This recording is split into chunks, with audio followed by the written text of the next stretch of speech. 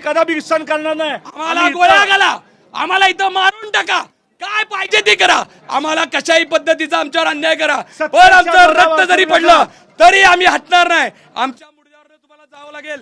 आरोनी सांगितलं होतं की मी दरवाजा उघडणार नाही, आणि आरोला बळजबरी करून दरवाजा उघडण्याचं नाव कोण करत असेल तर आम्हाला इथं जेवाची बाजी लावावं लागेल। आणि इथं सर्व पक्षाचे आहेत, हरकत नाही। आम्ही सांगितलंय आरोनी बाहेर यावं, जी वस्तुस्थिती घडली आहे, जी इन कॅमेऱ्यात घडली आहे, जी सगळ्यांच्या डोळ्यात दिखत घडली आहे, ती वस्तुस्थिती सांगावी। मला विश्वास आहे आज पण आपलं प्रशासन, पोलीस कायद्याने सगळं चालतात। पोलीस संविधान कशा पद्धतीनं संविधानाचा मान होईल अशा पद्धतीनं पोलीस काम करतात, प्रशासन काम करतात। पण काय मंडळी ह्या सगळ्या गोष्टी धाब्यावर बसवण्याचं काम करायला लावत असतील तर आमचा जीव गेला तर 72। पण आम्ही सगळ्या पक्षाचे लोक आहेत तिथं, फक्त काय शिवसेनेचा मी आहे असं नाही। आपले उभाटा गटाचे आमचे दासरी साहेब आहेत, चेतन भाऊ नरोटे आहेत, आमच्या सगळे मनसेचे आहेत, सर्व पक्षीय आहेत, अपक्ष उमेदवार आहेत। ज्या उमेदवारांना कुणी नामनिर्देशन पत्र दिलं नाही, त्यांना बी फॉर्म दिला नाही, अशा लोकांचं काय? साहेब कायदा सगळ्या बरोबर आहे, त्यांचे बी फॉर्म गेलेला नाही, आणि सगळे पत्रकार बंधूंना माझी कळकळीची विनंती आहे, तुम्ही आज या कशा पद्धतीचा तुमच्या कॅमेऱ्यासमोर आपल्या सत्तेचा गैरवापर व्हायला लागला तुम्ही बघायला लागलात। माझी विनंती आहे आपल्यामध्ये जर कायद्याबद्दल ह्याच्याबद्दल काय सुविधा असली तर ह्या सगळ्या गोष्टी महाराष्ट्रभर देशभर कशा पद्धतीनं सत्तेचा गैरवापर चालला हे दाखवलं पाहिजे। मी हात जोडून विनंती करतो। या आरोमध्ये जे हे निवडणूक अधिकारी ह्यांच्याकडे जेवढे उमेदवारांचे नामनिर्देशन आहेत त्यातला एकही उमेदवाराचा बी फॉर्म पोचलेला नाही। भाजपचा आज जेवढे ह्याच्याकडे आहेत आम्हाला माहिती उमेदवारांचे 20 किती फॉर्म पोहोचलेले नाही आहेत, वेळेच्या आत त्यांनी बी फॉर्म दिलेले नाही आहेत। ही जी सत्ताधाऱ्यांची जी लोकांना मनमानी कारभार करून सत्ताधारी या अधिकाऱ्यांच्या वर जर अशी जुलूमशाही करत असते तर आम्ही हे सहन करणार नाही। जोपर्यंत आरो आतून दरवाजा उघडणार नाही, दरवाजा बाहेरून नाही बंद, दरवाजा आतून बंद आहे। आतला दरवाजा बाहेरची माणसं कसं उघडू शकतात? तुम्ही बाहेर प्रेशर करताय, दरवाजा उघडायला लावताय, पण आरोनी पोलीस येत आहेत, दरवाजा वाजवतायत। माझी पोलीस बांधवांना विनंती आहे, साहेब आपण असा अन्याय करू नका। तुम्ही आजवर कायद्याने चालणारी मंडळी आहे, तुम्ही कुठलेही एक पी आय साहेबांनी बघितलं आमच्या भगिनी पोलीस येत आहेत, त्यांना बळजबरी करतायत, दाबा बाहेरनं हे करा। माझी विनंती आहे साहेब, बाहेरून एक तोपर्यंत आरो जोपर्यंत आवाज देत नाहीत तोपर्यंत हा दरवाजा कुणी उघडू नका। आतून कडी आहे, त्यांना कुणी प्रेशर करू नका। रात्रीचे 2 वाजू दे, सकाळ होऊ दे, उद्यापर्यंत बसू, सकाळपासून जेवलो नाही, इथं झोपल्याशिवाय राहणार नाही, माझ्या मुडद्यावरनं जावं लागेल, तोपर्यंत एकाला सुद्धा जाऊ देणार नाही। आज टोकन वाटण्याचा विषय नव्हता, टोकन वाटण्याची मुदत उमेदवारासाठी होती, उमेदवार आत आहेत, उमेदवारांसाठी टोकन होतं, उमेदवारांची आत काही माणसं अडकलेली आहेत। ही बी फॉर्म द्यायला पक्षाची जी काही प्रतिनिधी येतात तो बी फॉर्मचा कागद होता, तो बी फॉर्मचा कागद आत पोचलेला नाही। आज भारतीय जनता पार्टीच्या 3 आमदारांचा मतभेदाचा फटका या ठिकाणी त्यांना बसलेल्या वेळेत त्यांचा निर्णय झाला नाही। 3 वाजता आमदार सचिन कल्याण शेट्टी आणि रोहिणीताई तडवळकर आत आले, त्याच्यानंतर या ठिकाणी 3 वाजून 5 मिनिटांनंतर आरओ 4 आणि आरओ 5 यांच्याकडे जाण्याचा प्रयत्न केले। दोन्ही ठिकाणी ऑब्जेक्शन घेतलेलं आहे। सत्तेचा गैरवापर करून, सत्तेचा प्रेशर या ठिकाणी वापरून आपलं बी फॉर्म सबमिट करण्याचा प्रयत्न करत आहेत। या राजकीय पक्षाचे प्रतिनिधी म्हणून तर आम्ही तर हरकत घेतच आहोत, पण मीडियाच्या सगळ्या बांधवांनी या सगळ्या घटना आपल्या कॅमेऱ्यामध्ये टिपलेल्या आहेत। मी आपल्याला देखील विनंती करतो की मला तुम्हाला इन कॅमेरे सांगायचं आहे, या खोलीला बाहेरून खिडकी आहेत, त्या खिडक्यातून मागून कॅमेरे पाठवा। खिडकीपाशी माणसं उभारलेत, पण खिडकीतून कागद आत जाऊ शकतात, तुम्हाला माहित आहे। हे माणसं काही बदलू शकतात, कागद आत पाठवण्याचं काम खिडकीच्या माध्यमातून चाललंय। आरोनी माईकवर सांगितलं होतं की दरवाजा बंद झाल्यावर, वेळ संपल्यावर मी कुणालाही घेणार नाही। मला माहित आहे 15 तारखेपर्यंत ही सगळं प्रशासन निवडणूक अधिकाऱ्याच्या ताब्यात आहे। कमीत कमी या 15 दिवसात तरी कायद्याचा मान ठेवा। या 15 दिवसात तरी तुमची दादागिरी करू नका. या 15 दिवसात तरी पोलिसांचं काम करू द्या. या 15 दिवसात प्रशासनाला काम करू द्या. एवढीच हात जोडून विनंती आहे. सोलापूर महानगरपालिकेच्या सार्वजनिक इलेक्शनचा आज शेवटचा दिवस. निवडणूक अधिकाऱ्यांनी सांगितलं होतं की शेवटच्या दिवशी 3 वाजेपर्यंत जोपर्यंत बी फॉर्म येणार आहेत त्याचा टायमिंग सांगितला जात होता आणि त्या टायमिंग नंतर आतून दरवाजा बंद होईल तेव्हा कुणालाही आत एंट्री दिली जाणार नाही.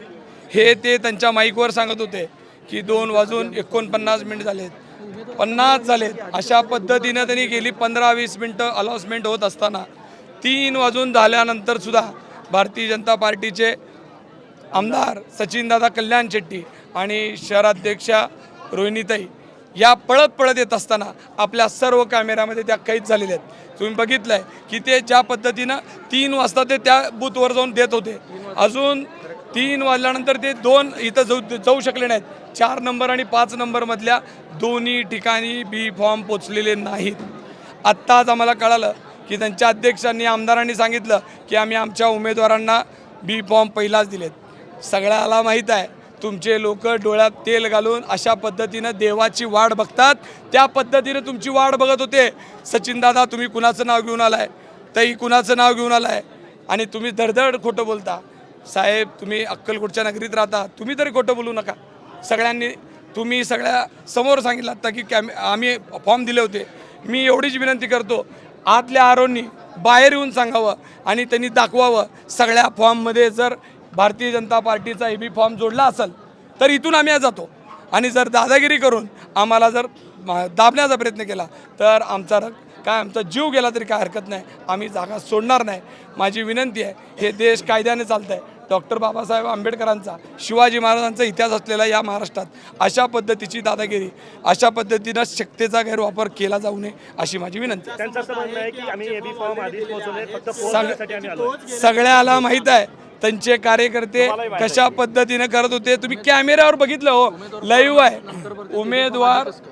उमेदवार फॉर्म भरतानाच त्याच्यावर ते पाठवलं जातं. पण त्यांनी आम्हाला सांगितलं होतं 2 वाजेपर्यंत उमेदवारांनी यायचं आहे आणि 3 वाजेपर्यंत पक्षाच्या लोकांनी यायचं आहे.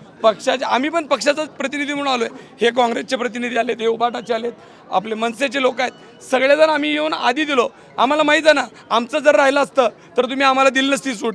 पोलिसांना आडवं करून आम्हाला तिथंच थांबवलं असतं. पण तुमची सत्ता आहे, तुम्ही काय पाहिजे ती वल्लभी चालता, वाळलंबी चालता. ही तुमच्या सत्तेचा गैरवापर करू नका. फडणवीस साहेब तुमच्या राज्यात अशा पद्धतीनं सोलापुरात सगळ्याला माहीत आहे कशा पद्धतीची रोज दादागिरी चालू आहे. पोलिसांना सांगून उमेदवार पळवले जातात, पोलिसांच्या गाड्या घरला पाठवले जातात. अहो किती करणार आहात तुम्ही. आणि आता तुमच्याच चुकांमुळं असं घडल्यानंतर सुद्धा जर लोकशाही संपवणार असाल तर हे चुकीचं झालं. त्यांचं असं म्हणणं त्यांच्या हातात एकही एबी फॉर्म आता नाहीये, तर आम्ही फॉर्म पोहोचवले कसं? ते कशासाठी पळत येत होते हे तरी विचारा. ते पळत येताना सगळ्या बूथमध्ये जात असताना तुमच्या शूटिंग आहेत, सगळ्यांकडे लाईव्ह आहे.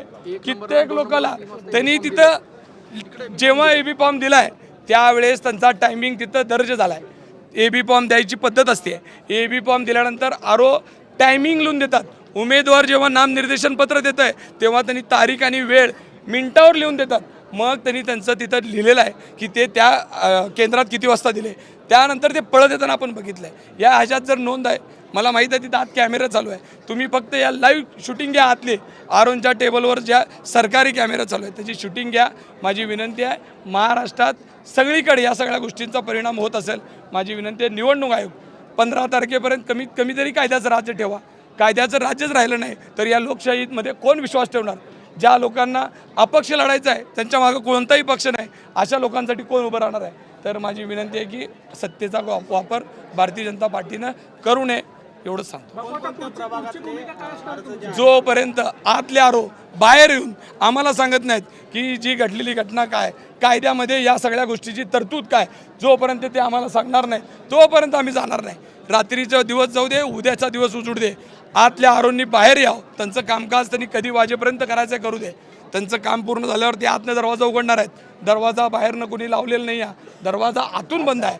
आतून दरवाजा बंद असेल तर आतूनच उघडला पाहिजे, पण त्यांना फोन करून त्यांना प्रेशर करून जर दरवाजा उघडायला लावत असताल तर हे महाराष्ट्रात कोणी खपून घेणार नाही. तुम्ही बघितलात सगळे, ऐका तुम्ही सगळे, ऐका तुम्ही ऐका, ज्यांच्या ऐका जे निवडणूक प्रमुख आहात, महानगरपालिकेचे आयुक्त, त्यांना देखील इथं आणण्यात आलं.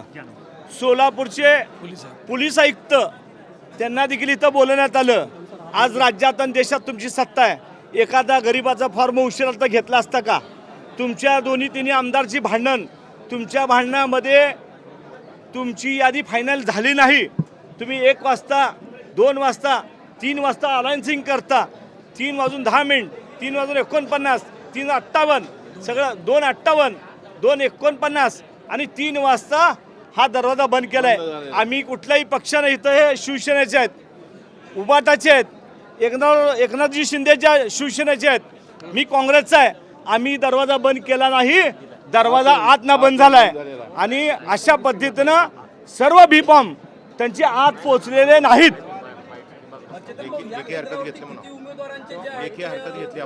आणि आम्ही सर्वांनी लेखी हरकत घेतलेली आहे. एवढंच नाही तर आमचे लोक आत आहेत, आतल्या लोकांना देखील रेकॉर्डिंग करायला सांगितलंय. बाहेर आहेत, तुमचा कॅमेरा फिरत होता, कसे हे लोक पळत होते. तुमच्यातली भांडण, तुमचे याद्या नीट फायनल झाल्या नाहीत. तुम्ही 3 वाजता आत येता, 3:01, 3:05, इथं 3:10 पोचता. 3 वाजता हे सगळे दरवाजे बंद झालेले आहेत. लोकशाही जीवन ठेवायची का नाही? तुम्ही एकीकडे सर्वसामान्याला असा कायदा लावू शकला असता का? तुम्ही आमदारात म्हणून सगळ्यांना इथं बोलून घेता. आणि भारतीय जनता पार्टीचे अध्यक्ष, त्यांच्या हातात हा बंच होता, यांचे कुणाची बी फॉर्म आत पोचलेले नाहीत.